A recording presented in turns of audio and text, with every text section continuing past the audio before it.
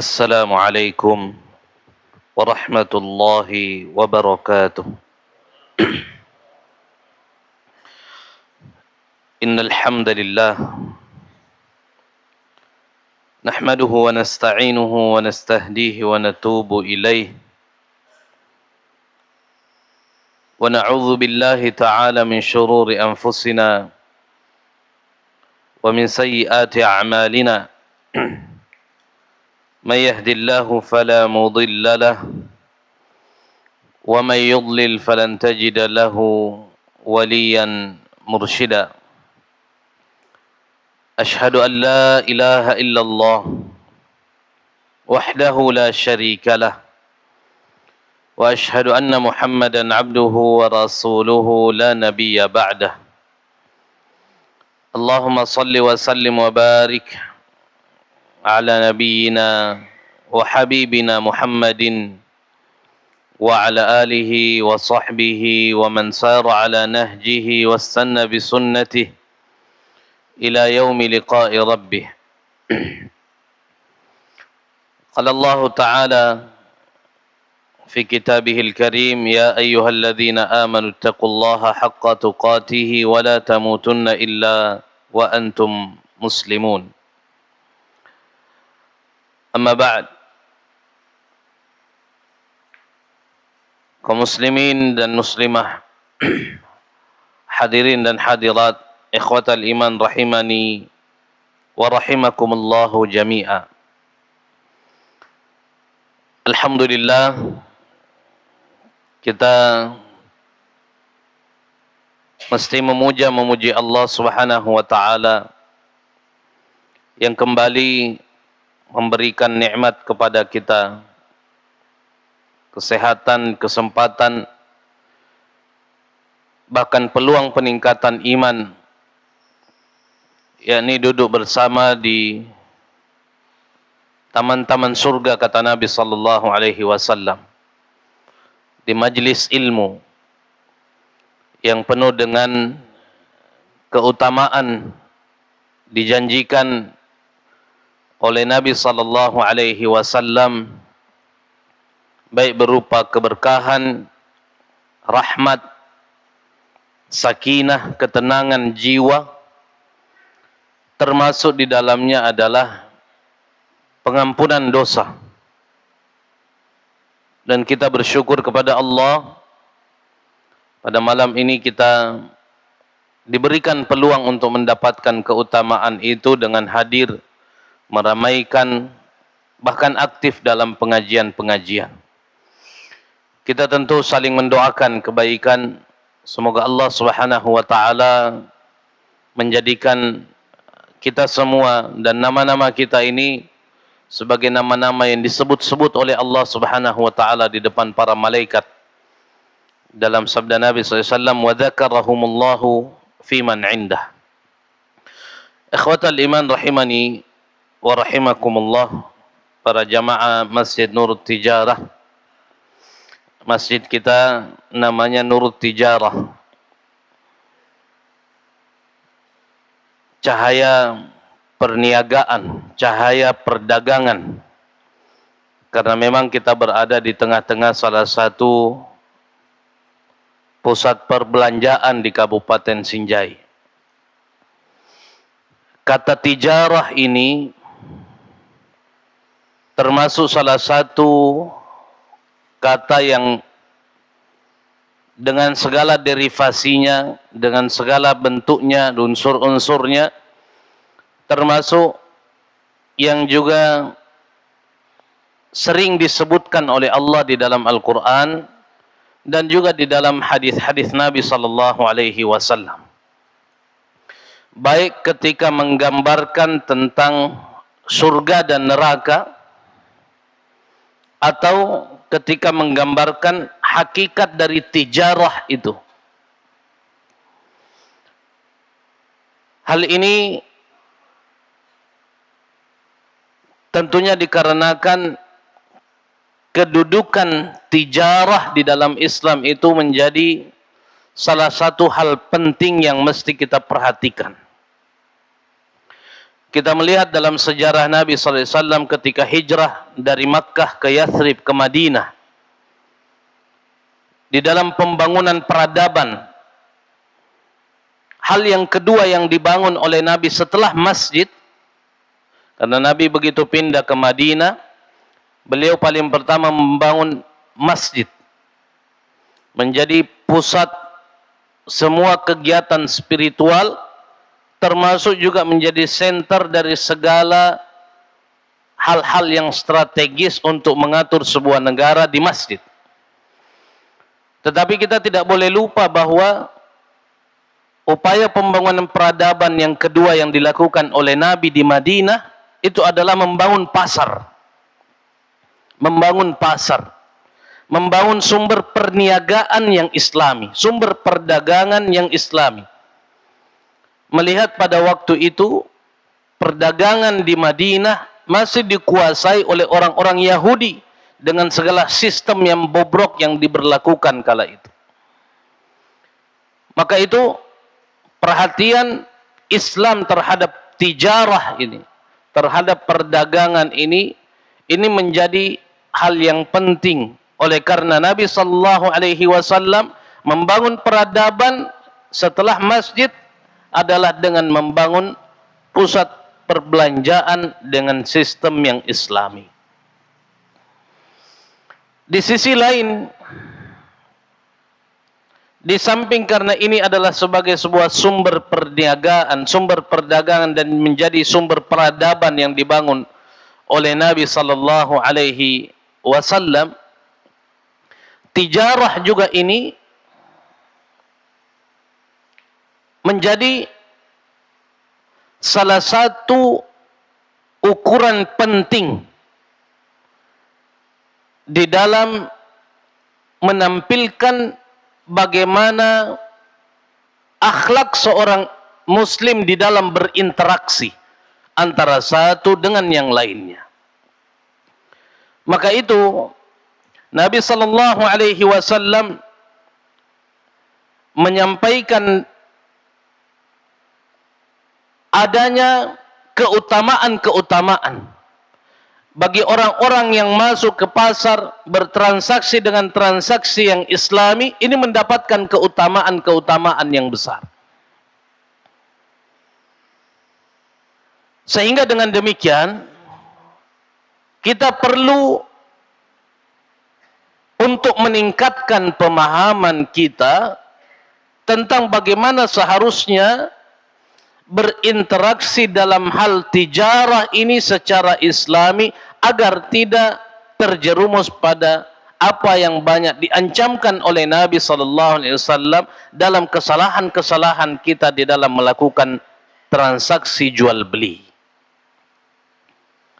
Sebahagian kita hanya fokus pada masjid, fokus pada solat, fokus pada kesalehan spiritual, tetapi kemudian melupakan atau tidak mau tahu atau bahkan mungkin memang tidak tahu sama sekali bahwa ternyata Islam memberikan perhatian bahkan mengurusi hal-hal teknis berkaitan dengan bagaimana seharusnya perdagangan, hal-hal jual beli yang mesti dibangun oleh umat Islam di dalam memberdayakan aturan-aturan keislaman di tengah-tengah masyarakat. Ikhwatal iman rahimani wa rahimakumullah. Makanya Umar bin Khattab radhiyallahu an ketika menjabat sebagai khalifah, beliau pernah berkeliling pasar berteriak, menyampaikan dan menyuarakan hal yang begitu penting yang harus diperhatikan oleh umat Islam di pasar. Bukan hanya sebagai pedagang, tetapi juga sebagai seorang pembeli yang masuk ke dalam pasar itu. Kata Umar bin Khattab, la yabi' fi suqina illa man qad tafaqqaha fid din. Tidak boleh menjual di pasar-pasar kita ini kecuali orang yang sudah paham tentang agama. Tidak boleh menjual di pasar kita ini kecuali orang yang paham tentang agama. Ini menandakan bahwa tidak ada perbedaan sesungguhnya antara kesalehan di masjid dengan kesalehan di pasar. Tidak boleh dibedakan antara kesolehan di masjid, kesolehan di rumah, kesolehan di pasar. Semua ini menunjukkan gambaran tentang bagaimana seutuhnya akhlak orang-orang yang beriman kepada Allah Subhanahu wa taala. Sebab kita mesti menyadari bahwa semakin hari orang sudah semakin tidak peduli dan tentang perolehan makanan dan harta dari hal-hal yang diharamkan.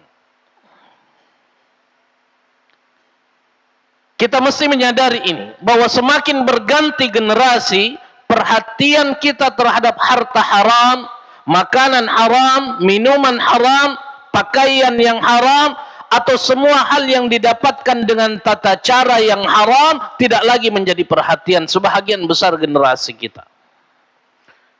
Dan ini disampaikan dan diperingatkan oleh Nabi sallallahu alaihi wasallam lebih dari 14 abad yang lalu.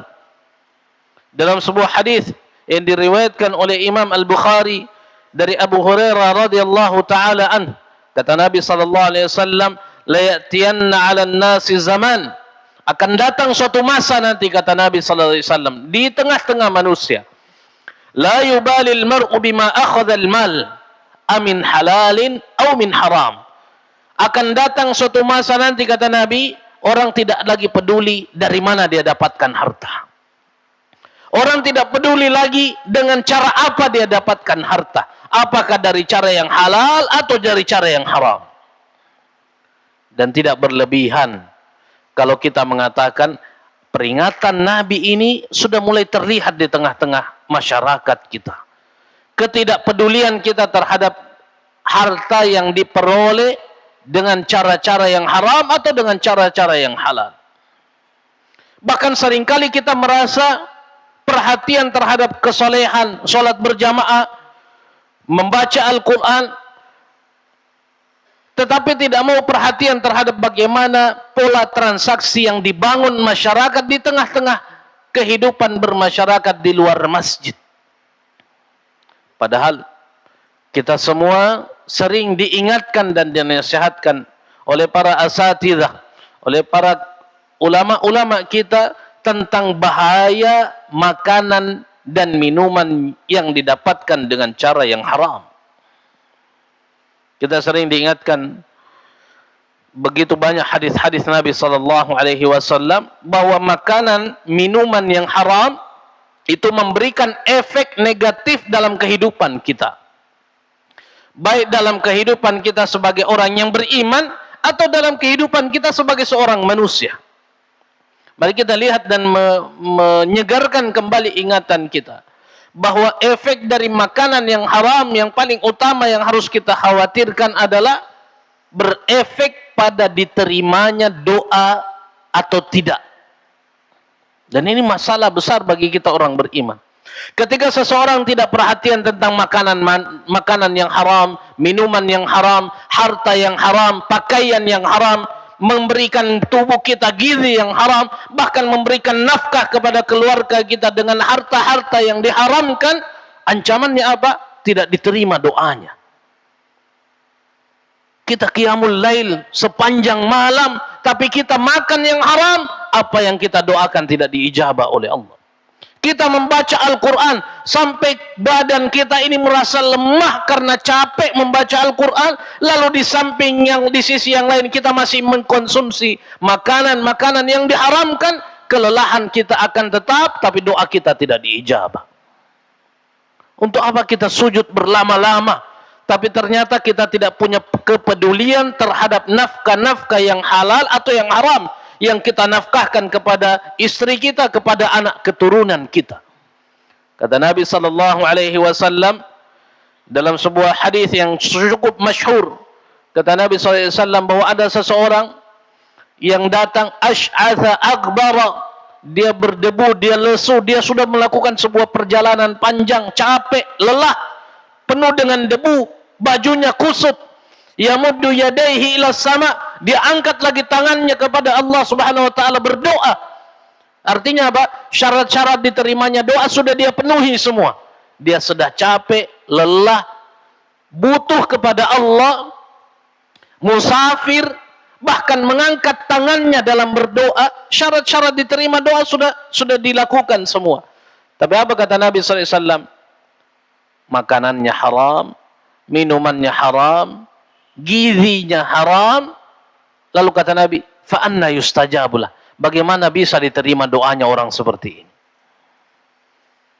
Coba bayangkan, syarat-syarat diterimanya doa dia sudah penuhi, tetapi dia kehilangan satu syarat. Apa itu?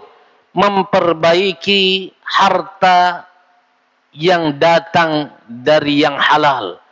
Untuk menjadi syarat pengikat semua itu agar doa kita diijabah oleh Allah Subhanahu wa taala. Makanya suatu waktu ada yang bertanya kepada sahabat Nabi Sa'ad bin Abi Waqqas, termasuk salah seorang sahabat yang paling diterima doanya. Ditanya oleh para tabi'in, wahai Sa'ad bin Abi Waqqas, tustajabu da'watuka min baini ashabi Rasulillah sallallahu alaihi wasallam. Kamu ini adalah salah satu sahabat yang diijabah doanya. Diijabah doanya. Orang yang bertanya ini ingin bertanya, apa tipsnya?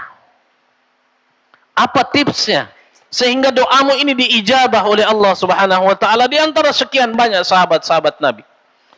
Kata beliau, "Ma rafa'tu ila fami luqmatan." Syaratnya kata beliau, saya tidak mengangkat menuju mulutku satu suapan pun illa wa ana alimun min aina maji'uha, kecuali saya sudah paham dan saya sudah bisa pastikan suapan ini dari mana saya dapatkan. Satu suapan tidak diangkat ke mulutnya beliau, kata beliau, kecuali suapan itu dia sudah bisa mengkonfirmasi bahwa ini adalah suapan yang datang dari yang halal. Wa min aina kharajtu, dan kemana saya keluarkan harta yang datang dari sini. Ini yang menyebabkan doanya diijabah. Sehingga jangan heran kalau ternyata ketidakpedulian kita terhadap harta yang haram, lalu kemudian kita masih bertanya-tanya, kenapa doa saya belum diterima? Jangan-jangan memang ada hal-hal yang haram yang masih meliputi kehidupan kita sehari-hari, lalu kita dengan menangis-nangis berdoa kepada Allah, tetapi di sisi yang lain kita tidak mau meninggalkan sesuatu yang diharamkan oleh Allah Subhanahu wa taala itu. Ini yang pertama. Yang kedua, kata para ulama di dalam mengumpulkan hadis-hadis dan juga ayat-ayat Al-Qur'an, makanan, minuman atau harta yang haram ini memberikan efek terhadap amal buruk seseorang. Kita memakan makanan yang halal, ini akan menstimulasi diri kita untuk melakukan tindakan-tindakan yang positif. Sebaliknya, orang yang makan makanan yang haram akan memberikan efek pada tindakan-tindakan yang negatif. Kita lihat di dalam Al-Quran, di dalam surah Al-Mu'minun. Kata Allah Subhanahu wa taala, "Ya ayyuhar rusul, kulu min at-tayyibati wa'malu salihan." Ya ayyuhar rusul, kulu min at-tayyibati wa'malu salihan. Wahai para rasul, para utusan Allah, makanlah dari yang terbaik, yang tayyib, wa'malu salihan, dan lakukanlah amal saleh. Ibnu Katsir Ibnu Katsir di dalam menjelaskan hadis ini, beliau mengungkapkan apa yang dikatakan oleh Sa'id bin Jubair dan juga Ad-Dhahhak di dalam menjelaskan ayat ini. Kata beliau berdua adalah bahwa yang dimaksud dengan makanan yang tayyib ini adalah makanan-makanan yang halal. Sehingga kata Ibnu Katsir, Allah memerintahkan para rasul ini untuk memakan makanan yang halal dan beramal saleh. Artinya, makanan yang halal ini akan membuat orang mudah melakukan amal saleh dan terdorong melakukan hal-hal yang positif. Sebaliknya, orang yang selalu melakukan tindakan-tindakan negatif, itu besar kemungkinan disebabkan oleh makanan-makanan yang haram. Ada satu penelitian yang mengatakan bahwa makanan yang kita makan ini bukan hanya mendorong kita melakukan hal yang negatif, tetapi bisa berpengaruh pada melakukan kebiasaan buruk sebagaimana makanan itu. Sehingga suatu kejadian, ada orang yang berumah tangga, bertahun-tahun berumah tangga, tiba-tiba suaminya menyimpang, mengalami penyakit penyimpangan seksual, tiba-tiba suka dengan laki-laki. Padahal sudah bertahun-tahun menikah, berumah tangga, tiba-tiba suka dengan laki-laki. Lalu ketika diterapi, disampaikan dan ditanya, ini muslim? Muslim. Kemudian yang menerapi ini mengatakan, pasti ada makanan yang diharamkan yang selalu kamu makan. Lama dikorek, akhirnya dia mengakui bahwa dia sering makan apa? Makan babi. Dia sering makan babi, padahal dia muslim. Dia akui, sehingga yang memberikan terapi ini mengatakan, ini efek ini. Karena babi, salah satu efek negatif pada kejiwaan seseorang adalah apa yang biasa dilakukan oleh si babi ini juga bisa berpengaruh pada tindakan dan kebiasaan orang yang memakannya. Dan kalau kita lihat, di antara sekian binatang itu, satu-satunya yang sering menggauli sesama jenisnya itu hanya babi. Dan ini menjadi hal yang menakutkan seharusnya dalam kehidupan kita sehari-hari, untuk kemudian menjadi pertimbangan agar kita makan dari yang thayyib yang diisyaratkan oleh Allah Subhanahu wa taala. Kemudian efek negatif yang lainnya adalah bahwa makanan ini kalau dia halal dia bisa jadi obat, kalau dia haram dia bisa jadi penyakit. Allah Subhanahu wa taala di dalam surah An-Nisa menyampaikan, wa atun nisaa sadaqatihinna nihla fa in tibna lakum an syai'in minhu nafsan fakuluhu hani'an mari'a. Kata para ulama tafsir, hani'an mari'a ini adalah makanan-makanan yang baik dan makanan-makanan yang halal. Makanan yang baik dan makanan yang halal. Dan kata para ulama tafsir di dalam menjelaskan ayat yang mulia ini, mereka mengatakan bahwa makanan itu bisa menjadi penyembuh kalau dia diambil dengan cara yang halal, dan bisa menjadi penyakit ketika diambil dengan cara yang haram. Dan tidak dipungkiri lagi, ya, efek yang keempat adalah bahwa makanan haram akan berakhir pada ancaman neraka. Kata Nabi SAW, semua daging yang tumbuh dari cara yang haram, maka neraka lebih utama baginya. Maka itu ikhwatal iman rahimani wa rahimakumullah. Kembali pada tijarah, kembali pada perdagangan, perniagaan, dan segala transaksi yang terbangun di dalamnya.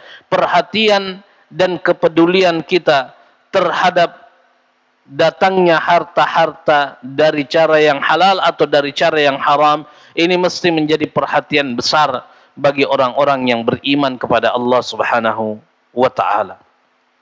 Maka itu kita melihat di dalam salah satu kitab yang berbicara tentang tuntunan perdagangan yang islami, ada salah satu kitab namanya Wasaya Ar-Rasul Lit-Tujjar.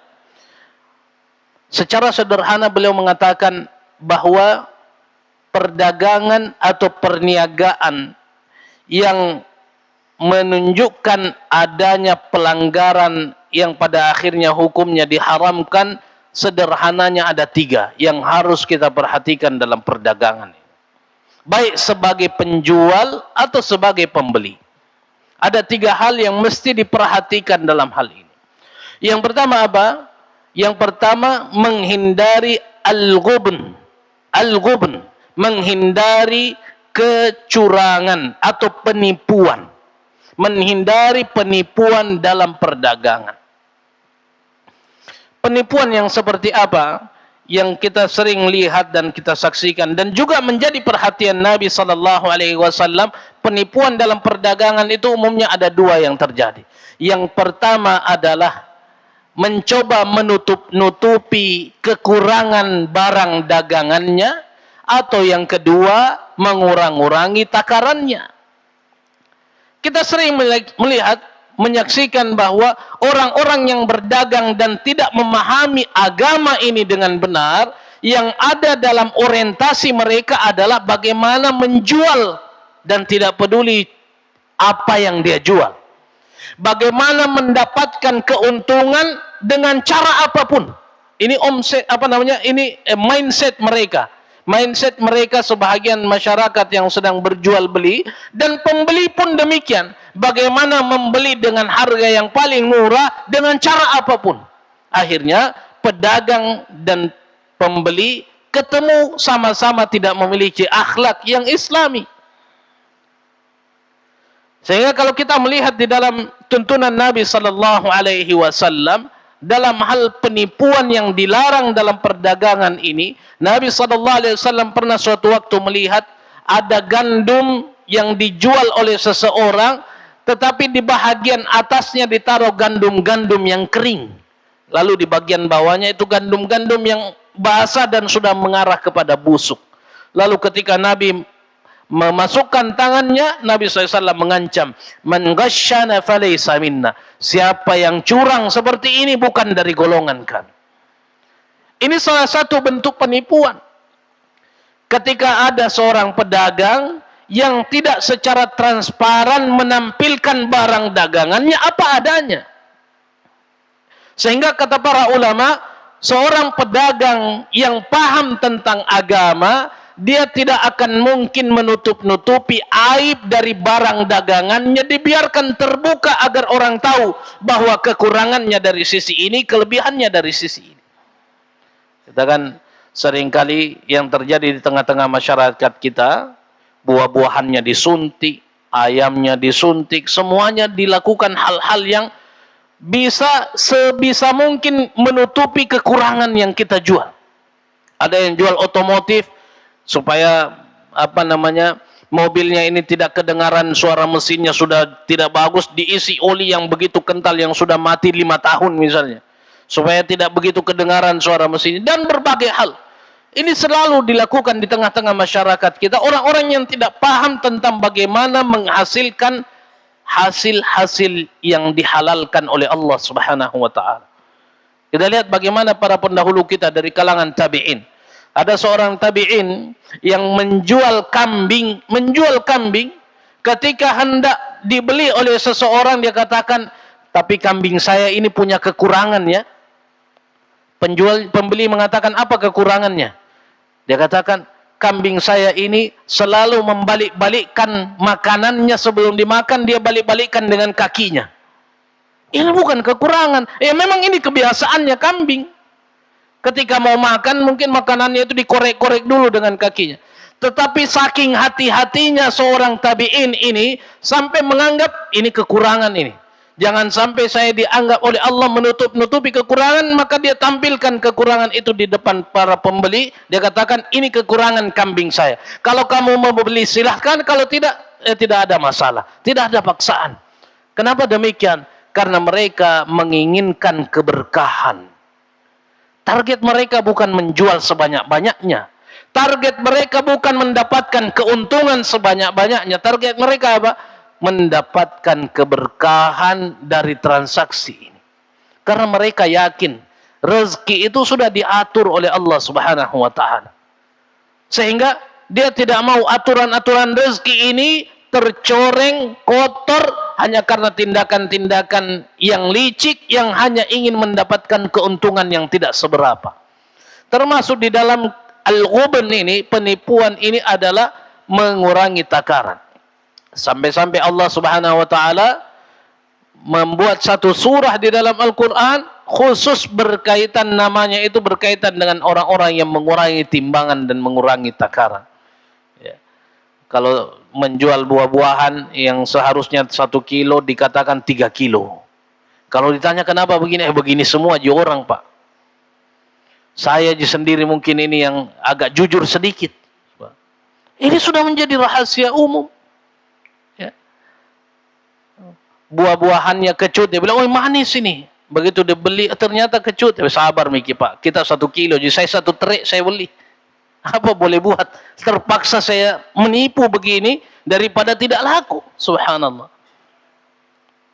Ini terjadi di tengah-tengah masyarakat kita. Ini yang pertama kata ulama ini, bahwa yang sering terjadi hal-hal yang kemudian mengacu pada hal yang diharamkan oleh Allah, yang pertama adalah al-ghubn, ya. Al-ghubn adalah penipuan. Kemudian yang kedua yang sering terjadi di tengah-tengah masyarakat kita adalah al-gharar, kerancuan, adanya ketidakpastian, adanya ketidaktransparan terhadap transaksi jual beli yang terjadi di tengah-tengah masyarakat kita. Bagaimana maksudnya? Di antaranya misalnya kita membeli atau menjual sesuatu yang belum berada dalam kandungannya binatang itu. Ini dikatakan oleh Nabi sallallahu alaihi wasallam, an bai'il hablil habalah. Ya. Membeli binatang yang bahkan belum menjadi janin di perutnya binatang itu, tapi sudah dilakukan sebuah transaksi. Kalau istilah kita dalam Indonesia, bahasa Indonesia ini, membeli kucing dalam karung. Tidak ada kejelasan. Pokoknya saya jual saya jual tanah ini, seberapapun kekuatan kamu melempar, itu batasnya tanah yang kamu beli. Ini dilarang. Atau yang semisal dengan itu. Kalau di zaman jahiliyah dulu ada namanya bai' asa. Ya, seseorang kalau mau jual atau beli tanah, dia suruh pembelinya untuk melempar batu. Sekuat dia lempar, di situ batasan tanah yang dia beli. Ini dilarang. Kenapa dilarang? Karena ada kerancuan. Kalau dalam tradisi transaksi modern kita, kadangkala ini terjadi dalam investasi. Ya. Terkadang ada bisnis yang dinamakan investasi. Yang pertama, barangnya tidak jelas apa. Kemudian akadnya tidak jelas apa. Tapi tiba-tiba dijanjikan, kalau kamu masuk investasi di sini, saya janjikan 1 juta 1 bulan. Ini tidak jelas. Sedangkan perdagangan di dalam Islam bukan hanya mensyaratkan kejelasan barangnya, tapi juga mensyaratkan kejelasan akad yang terbangun di dalamnya. Kalau hanya akadnya yang jelas, barang tidak jelas, juga dikatakan gharar. Kalau barangnya jelas tapi akad tidak jelas, itu juga dikatakan gharar. Ya. Sehingga dalam bagi hasil sekalipun, tidak diperbolehkan adanya janji iming-iming investasi untuk kita mendapatkan nominal tertentu setiap bulan agar banyak orang yang masuk sebagai anggota. Dan ini yang banyak terjadi.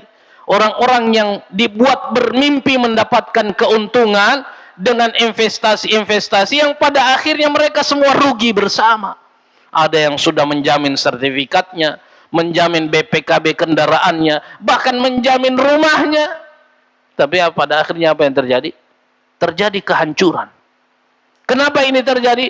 Karena ketidakpahaman atau ketidakpedulian terhadap bagaimana membangun sebuah bisnis yang islami, yang diridhai dan diberkahi oleh Allah tabaraka wa ta'ala. Ikhwatal iman rahimani wa rahimakumullahu jami'a. Ini termasuk juga ketika seseorang menganggap ingin berinvestasi emas, tapi bukan emas secara real. Ya. Emasnya ini ada di dunia maya, tidak ada barangnya. Lalu dianggaplah bahwa perubahan naik turun jumlah emas ini sedang naik, sedang turun, kita beli, tapi tidak ada real barang yang kita beli sebenarnya di mana, di tempat mana, yang hanya ada di data-data di handphone masing-masing yang ikut dalam anggota ini. Ini masuk dalam kategori gharar yang tidak diperbolehkan dalam agama karena terjadi ketidaktransparanan yang pada akhirnya berpotensi konflik antara dua orang yang sedang bersyarikat itu. Ikhwatal iman rahimani wa rahimakumullah. Kemudian yang ketiga, dan ini yang paling paling banyak merebak di tengah-tengah masyarakat kita. Yang ketiga adalah makan dari harta yang riba.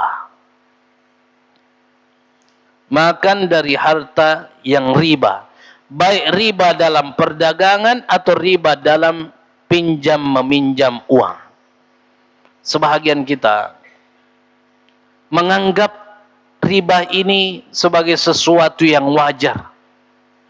Bahkan seringkali kita mendengarkan jawaban dari mereka yang terjerumus dalam transaksi riba. Mereka mengatakan, bagaimana mipale? Tidak ada jalan lain, Ustaz, kecuali membangun bisnis dengan modal riba. Ini tuduhan kepada Allah tabaraka wa ta'ala, na'udzubillah. Ini tuduhan kepada Allah bahwa seolah-olah Allah tidak pernah memberikan jalan yang baik bagi orang yang beriman kecuali dengan cara melakukan riba, yang Allah sendiri sudah nyatakan riba adalah ungkapan atau pernyataan peperangan kepada Allah. Kata Allah Subhanahu wa taala di dalam Al-Qur'an, orang yang melakukan riba, kata Allah Subhanahu wa taala, fa'dhanu biharbin minallahi wa rasulih. Orang yang melakukan riba itu sedang mengumumkan perang dengan Allah, perang dengan Rasulullah sallallahu alaihi wasallam. Kita perang dengan Yahudi saja belum tentu menang. Belum tentu menang, apalagi perang dengan Allah Subhanahu wa taala. Dan Allah sudah nyatakan orang yang makan riba ini menyatakan perangnya kepada Allah tabaraka wa taala. Kalau kita diinformasikan tentang adanya perzinahan yang terjadi di kampung kita ini, kita akan mengatakan buruk sekali kelakuan orang itu. Bahkan ketika ada informasi yang mengatakan bahwa ada orang yang berzina dengan sesamanya keluarga, saudara berzina dengan saudarinya, bapak berzina dengan anak kandungnya, yang ada di pikiran kita apa? Menjijikkan, menjijikkan. Tetapi kita tidak pernah merasa jijik untuk memakan harta dari riba, sedangkan kata Nabi sallallahu alaihi wasallam, dosa yang paling ringan dari riba itu apa? Seperti seseorang yang sedang berzina dengan ibu kandungnya. Subhanallah. Kita marah kalau ada orang yang berzina di depan kita. Bahkan kita merasa jijik kalau ada orang yang berzina dengan ibu kandungnya, berzina dengan anak kandungnya. Tetapi kita tidak pernah merasa risih kalau kita sedang makan dari harta yang datang dengan cara riba. Padahal Nabi SAW mengatakan 73 pintu riba, yang paling ringan diantaranya apa? Seperti seseorang berzina dengan ibu kandungnya. Ini terjadi di tengah-tengah masyarakat kita, ikhwatal iman rahimani wa rahimakumullah. Mengambil modal dari orang tertentu dengan akad pinjaman, lalu mengembalikan lebih daripada apa yang sudah diambil. Ini riba, ini riba. Bagaimanapun alasannya,